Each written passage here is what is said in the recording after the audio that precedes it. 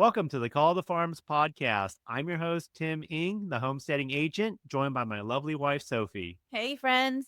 This is Sophie, the author of the Nourishing Asian Kitchen, also known as Sprinkle with Soil. It's been a little bit since we've done a market update. So much has happened in the world, the economy, and we feel that it's fitting that we give you a June housing market update. Yeah, we've been also really busy doing all the other things outside of gardening, just getting caught up with everything on the homestead. But we wanted to kick off and give you an update with how things are looking in the housing market, especially for the month of June. We're recording June 12th at almost midnight. And what's interesting is June market, the heat is rising. It's tension in the market. There's unrest in the streets. We've got Flag Day coming up this weekend. And the shifts are happening in our homes, our homesteads. The last set of data that I was reading, it's showing that there are 500,000 more home sellers than there are home buyers, but it's not where you think. So we'll go ahead and dig into the real estate side of the market and how we are pivoting ourselves and our family and things like homeschooling, homestead security, all the things that we're up to, because it's been, I want to say a couple of weeks since we've been able to even connect. And this is the time that we use in our family to connect with one another because things move so fast in our family. We typically just hand things off to one another. Yeah, and so many people have reached out to me and they're wondering, Tim, what is going on with the market? Because a lot of the property prices are coming down and they're coming down drastically too. And buyers are not really moving either. They're not jumping on these prices. Interest rates are still pretty much up there still. Yeah, we're talking high sixes. It's not just the price, it's the perception. I think that buyers are frozen because they don't know what's next. And you can feel it. We've felt it for a long time. But I think that all of our buyers, everybody is feeling it. Like the fact that there are 500,000 more sellers than buyers right now, the thing is, there's a twist to it because most of those areas where we're seeing the uptick in sellers are in areas where they were pandemic boom towns. So we're talking like Florida, Texas, and Arizona. Okay. Where we are here, it is a very different market. The homesteading market is a lot different than what we're talking about residential. And we do residential real estate. So we see how the market has shifted and you're seeing price drops. We are seeing it also on some homestead properties, but as we've said before, even when rates were at 8.5% a year and a half ago, the houses that are marked that are priced right and the homes that are more homestead ready, those homes are going faster than your typical residential cookie cutter home in the city. I'll caveat that though, with homes that are selling faster, that are priced correctly, we're still seeing at least 30 days. So that's normal. And back then, I guess a few months ago, a perfectly good property with a stream and just everything that most people are looking for, that would be gone the first weekend. But the market has shifted. You can feel the tension in the air. You can just cut it with a knife because there's just so much civil unrest, especially like in California right now, and a lot of things going on in the news, which is causing a lot of buyers to hesitate and wanting to see what's going to happen next. Those who are making decisions right now, they have to make a move. So they are capitalizing on this opportunity.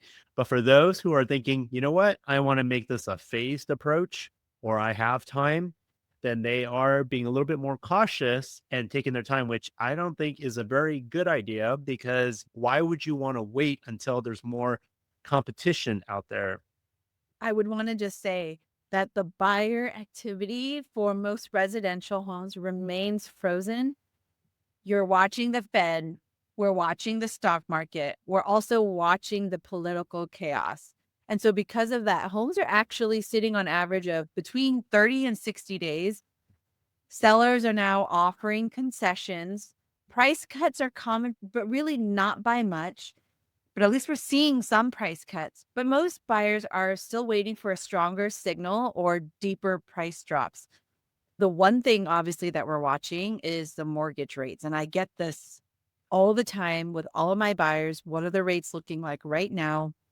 And we're talking like for a $500,000 purchase, 20% down, 30-year fixed is around 6.96, and a 15-year is about 6%.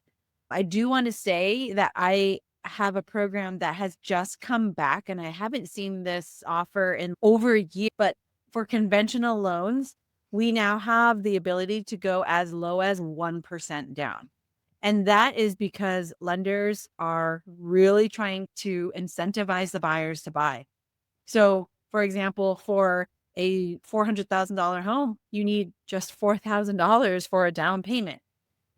And that is incredible, whether you're a first-time home buyer or not.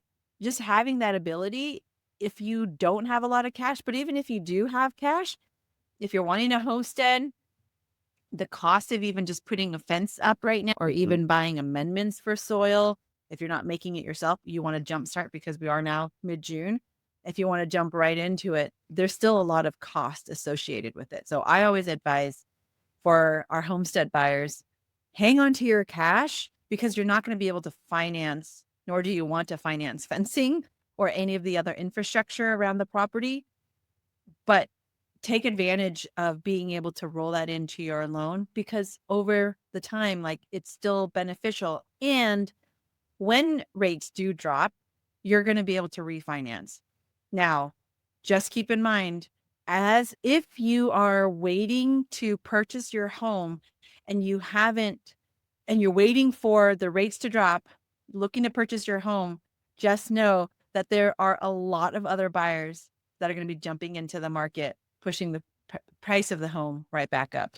Yeah, that's prudent advice for those who are homesteading, but even those looking for residential properties, save the cash, okay? Because even if you're moving into a residential property, you want to save that cash for new furniture, for other things, and having cash is king. So leverage as much borrowing power as possible. I'll also caveat that even in the cities, we're finding, whether it's in California, Tennessee, I even have clients out in Austin, Texas, trying to sell their home in the city. It is very challenging. A lot of those new subdivisions and new home developers, they're having trouble offloading their inventory. So they're offering killer deals right now and incentivizing buyers to purchase new homes. And at this rate, a lot of times when you're looking in the cities, most people want brand new homes. They want the warranties. They don't want to have to worry about doing home maintenance the first couple of years. And they're not having to worry too much about the amount of acreage because we all know all the new subdivisions, they really skimp on the amount of land and it's something that they throw up pretty quickly. But the warranties and the peace of mind and the newness of the property is what entices a lot of new home buyers to these new homes. People are Exactly. just looking at schools and whatnot. So that's something to consider because that is competition for those that are selling in the city. So across the board, there's a lot of uncertainty. And so buyers seem to be hesitating right now. Yes, I agree. And that's when we're seeing many sellers offer the rate buy downs and closing cost incentive. If Mhm. you're looking to buy a home now, this could be your chance. Just be patient and be strategic. And that's what we're saying. Be prudent because if you can get into a home now, I would say it's sixes is still better than the eights when we bought our investment. And then you can refinance down. At least you already have a bird in hand. Aside from the interest rate, which you can refinance 6 months down the line, Mhm. this is probably one of the more ideal times to be shopping for that perfect property, whether you're looking for a residential property or a homestead property, especially with acreage.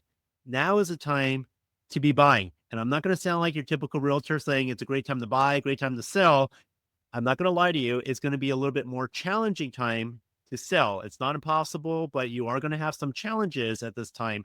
But if you're looking to purchase, this is the time. So what are you waiting for? Great. Yep. Do you want to share about a property that you have available, Yeah, listed, and potentially for owner financing? I do. I've got a couple properties. The first one that you're mentioning about the owner financing possibility is a great property out here in East Tennessee. It's on 5 acres, is out in Hawkins County, and it's fully fenced. It's a manufactured home, but it's priced at just under $400,000. And that is actually a steal right now with 5 acres that are all usable with pastures and it's fenced off. It is a homestead property that is move-in ready. So if you got animals and you need storage and you want a turnkey property moving from out of state, it doesn't get much more turnkey than this one. So if you're interested in learning more about this property, be sure to reach out to me. I also have another homestead property out in central Tennessee, middle Tennessee. And this property is all within about an hour from Clarksville and about an hour and a half or so from Nashville. So pretty close to a lot of your amenities. It's on a little over 2 acres. And the property itself was built in 2023. So it's a fairly new property, very low maintenance, and very close to amenities. So reach out to me if you're interested in either of those properties. Yep. I thought that was pretty exciting.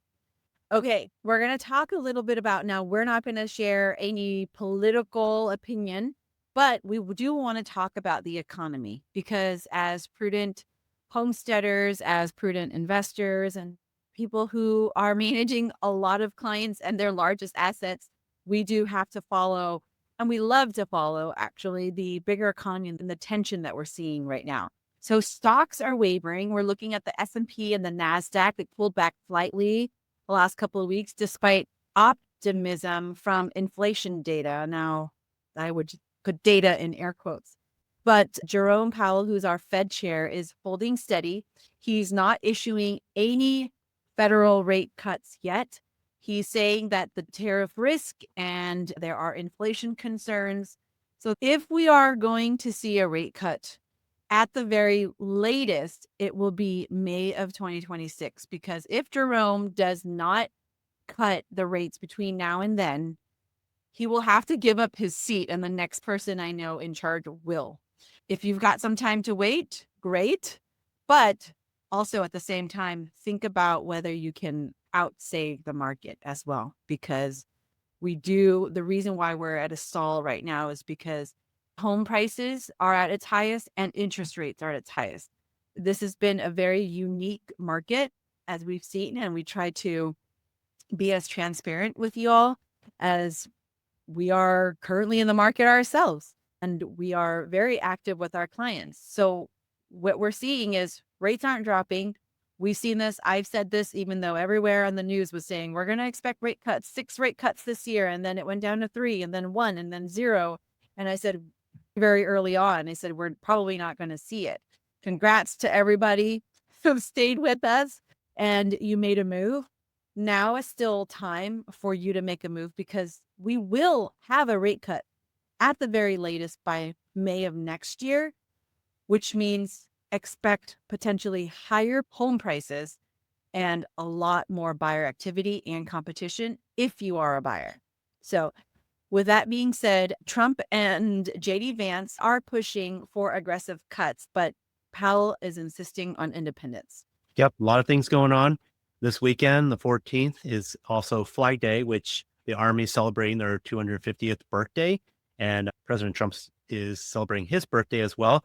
There's a lot of things going on in the news, a lot of distractions going on, but nonetheless, people are concerned. They're worried about what is to happen this weekend and as well as what is to come in the days ahead. So we've got that going on. We've got California going on where you got Governor Newsom fighting with President Trump over control of National Guard and how things are being handled right now. You see a lot of theatrics with Elon and Trump going on in the background. What does it mean for homesteading? What does it mean for purchasing homes, selling homes?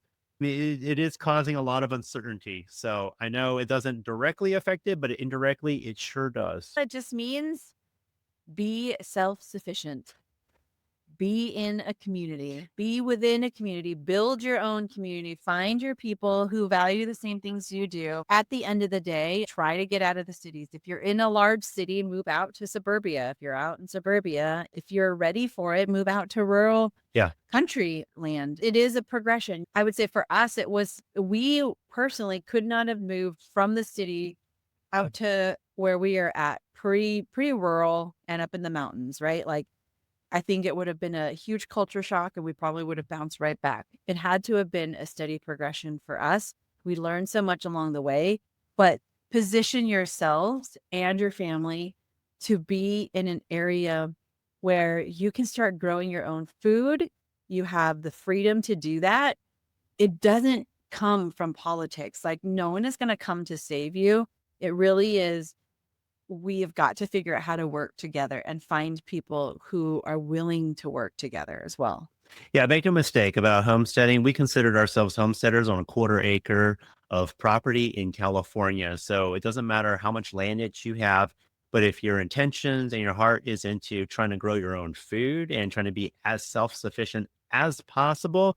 Now, I'm not advocating that you have to be totally off grid with hundreds of acres and producing 100% of your food. That sounds nice, but in all reality, we may not have the budget nor the community to be able to do all of these things, but you do the best that you can with what you've got. And that really is at the heart of it. The definition of being a true homesteader is to be scrappy, to be resourceful, and using what little resources you may have and making do with it.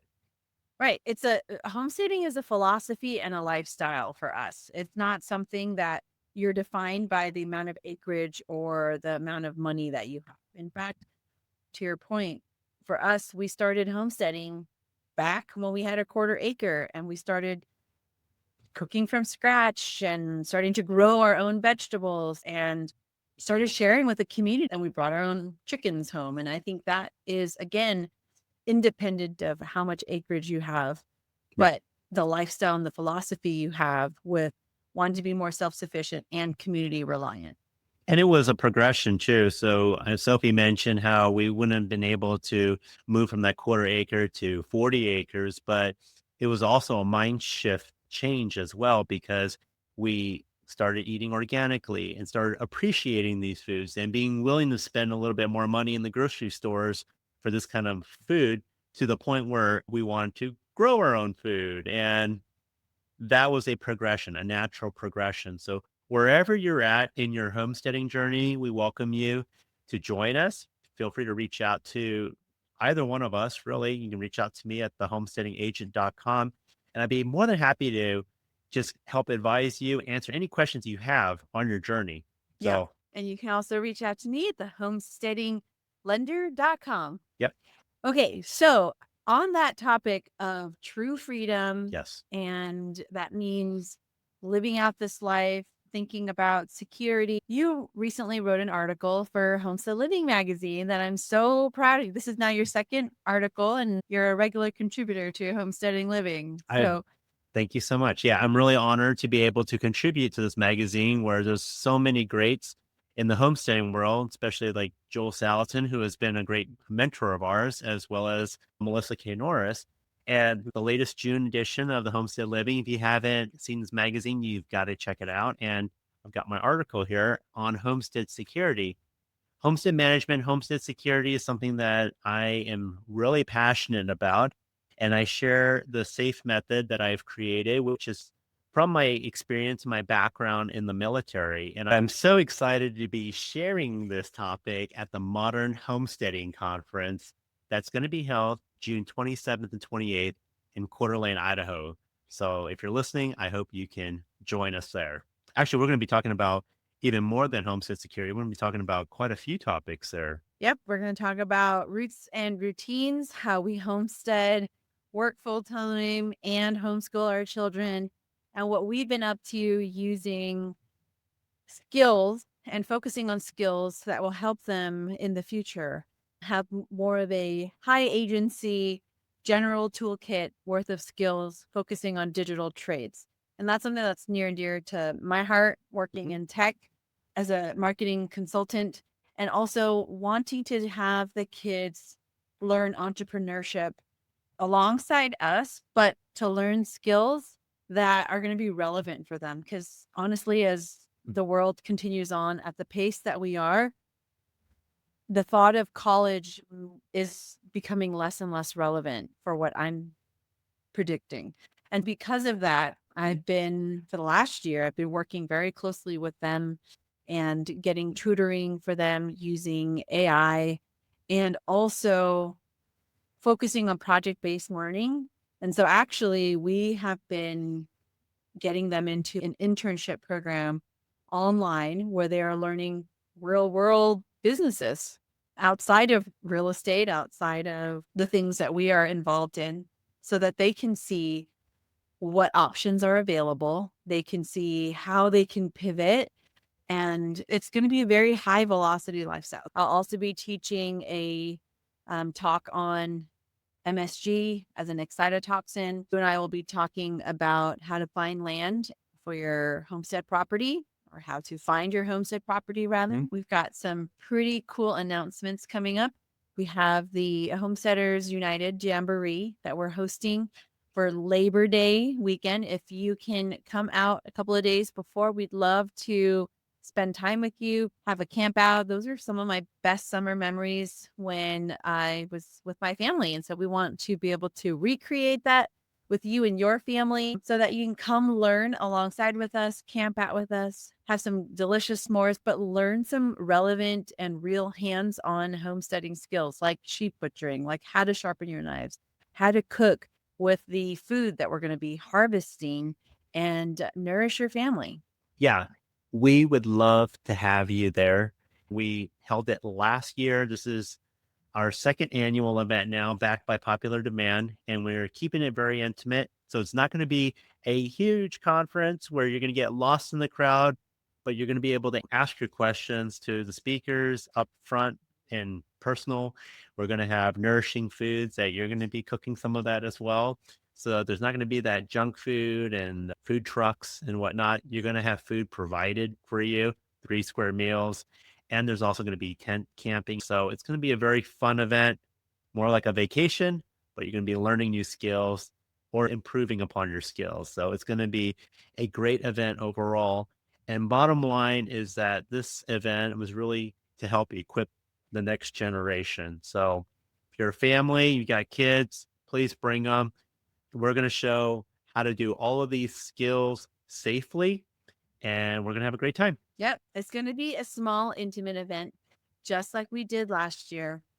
And the purpose of that is because we had so many people come to us and tell us that this is what exactly they were looking for: a smaller, more intimate, close group community of people who could come together and learn hands-on skills themselves. They were not afraid to jump in there, get their hands dirty, ask the questions, get their kids in there to learn how to butcher and how to process for their very first time. And that sense of satisfaction and celebrating together is just really awesome. Our children will be teaching alongside Mike's children as well, or chicken butchering. They will also be helping me, and you'll also see our interaction in the kitchen together. But also, we're going to be putting them into the limelight and answering all of your questions, because we do hear that a lot about the concerns about the next generation. And as we said, it really is focusing on them to equip them in order to have a resilient lifestyle together with your family. Yeah, It doesn't end at our generation. We have to pass these skills on that's the right. same way that we are getting these skills from those that have come before us. Thank you so much for joining us this evening. Wherever you're at, no matter what the world does, remember to stay rooted, stay ready, and stay free. Bye, friends. Bye.